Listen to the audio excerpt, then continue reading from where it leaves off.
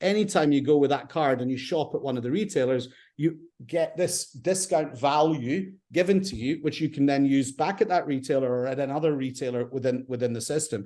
And from your perspective, all you see is, $1 off, $2 off, $3 off. So you don't have to kind of work out, is this 17,000 points and a banana and, and a Bitcoin and something. It's none of that. It's just really simple. Just earn a reward and spend a reward. Welcome to the Business Ownership Podcast, brought to you by Awareness Strategies, helping you navigate the waters between entrepreneurship and ownership.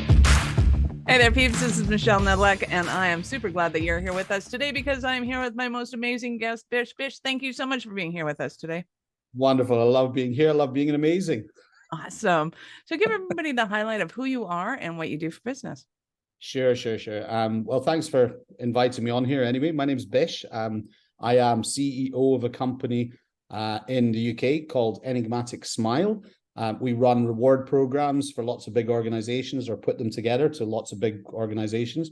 And I also am working with a cryptocurrency called VOW, which tokenizes discount vouchers around the world. And the two sort of universes meet in what I do every single day.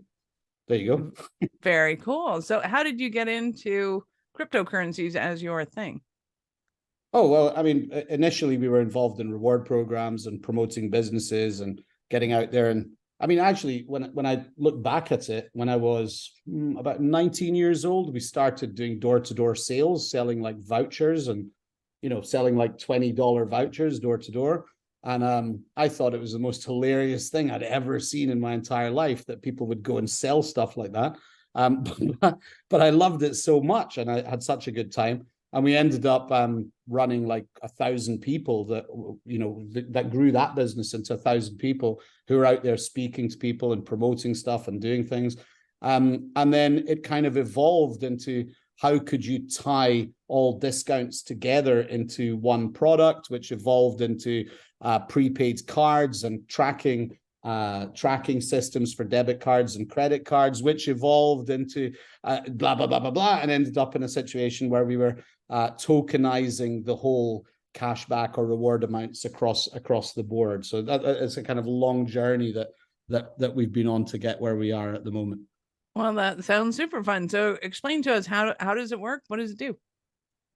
Well, on a basic level, if you're a bank or if you're a large media house, or if you're, somebody with at least 1 million audience or more, then what you want is more customers to consume your services or to use your credit cards or debit cards or whatever. And so what we do is we make it really easy for them to plug into an ecosystem of offers which just track on their existing debit cards and credit cards. And that's what we do on what we call the reward program side, where we're gathering big reward programs to join us. And on the other side of it, we recognized there was a big space for all the people who are involved in cryptocurrency, whatever cryptocurrency it happens to be. Most of that entire universe is nonsense, like complete, utter nonsense.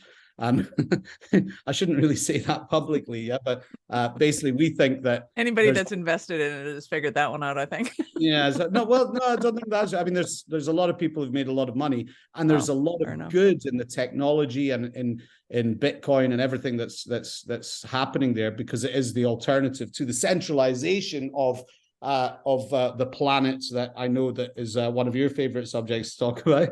But in terms of crypto, I believe in that philosophy, but at the same time, I'm not really into this idea of speculation and gambling and winning and losing on a day-to-day basis.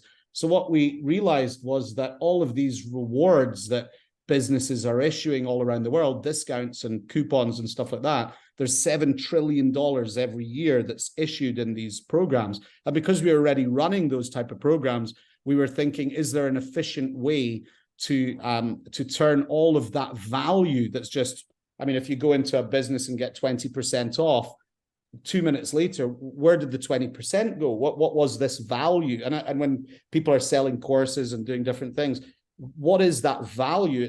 It's a perception of value. But after you do the deal, what happens to the value? And it vaporizes into nothing. And we thought, well, what happens if we could tokenize that value and make it interchangeable across thousands of different businesses and entrepreneurs all over the world? And that's what we are essentially doing. We've created a reserve currency for the discounts and voucher codes that businesses are offering all around the world. And of course, decentralized that into an ecosystem where it's kind of there and existing, but it has a function, which is all the rewards within the programs we're operating run in that through that token. So we're growing that ecosystem.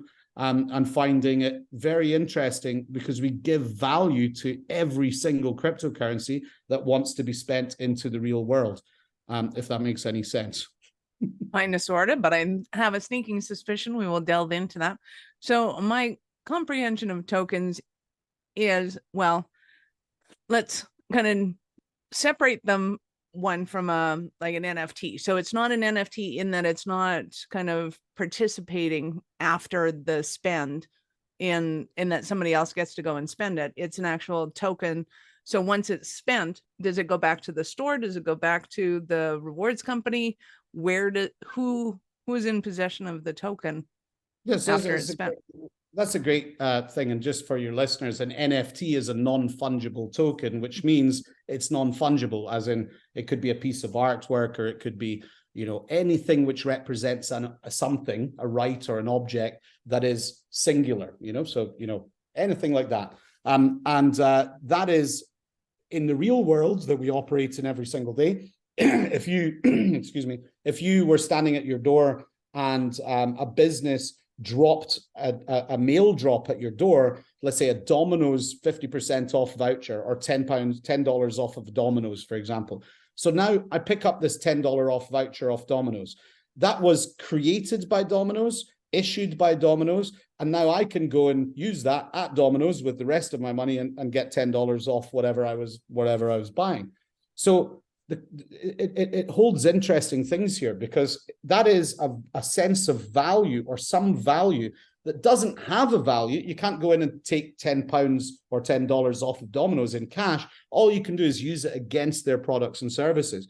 And so the question is a discount voucher rather than a stored value itself. A discount voucher, which can be reused against that brand, ends up back with the brand. It gives value to the brand, it gives value to the consumer, and generally most businesses around the world have tried some sort of promotional mechanic like that.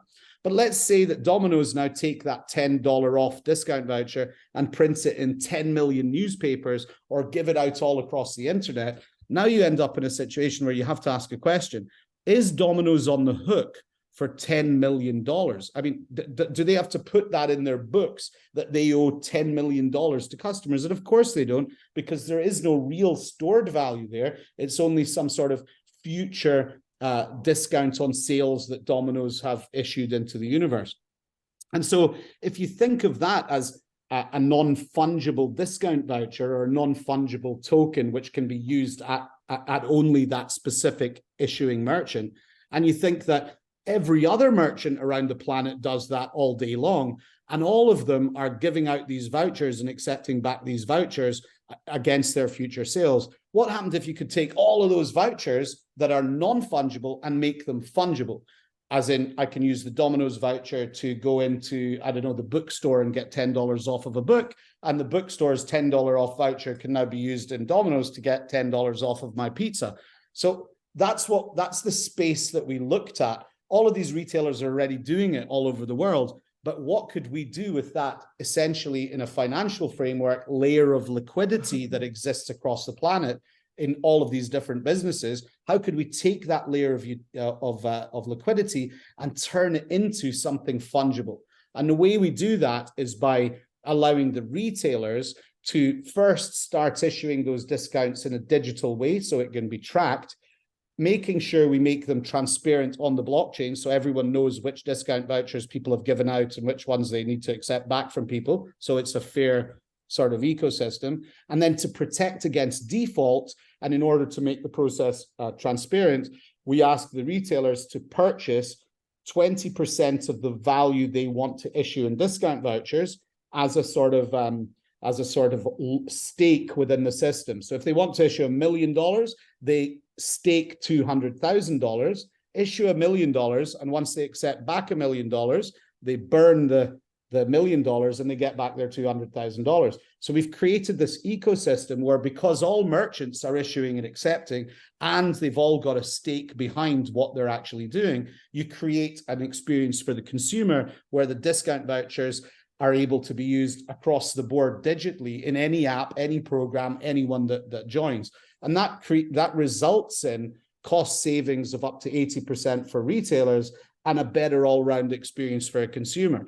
So that's how the words crypto or blockchain or Web3, whichever words we use for it, it just means transparent, and the ownership is under the user's control, rather than some private company up there which is doing that.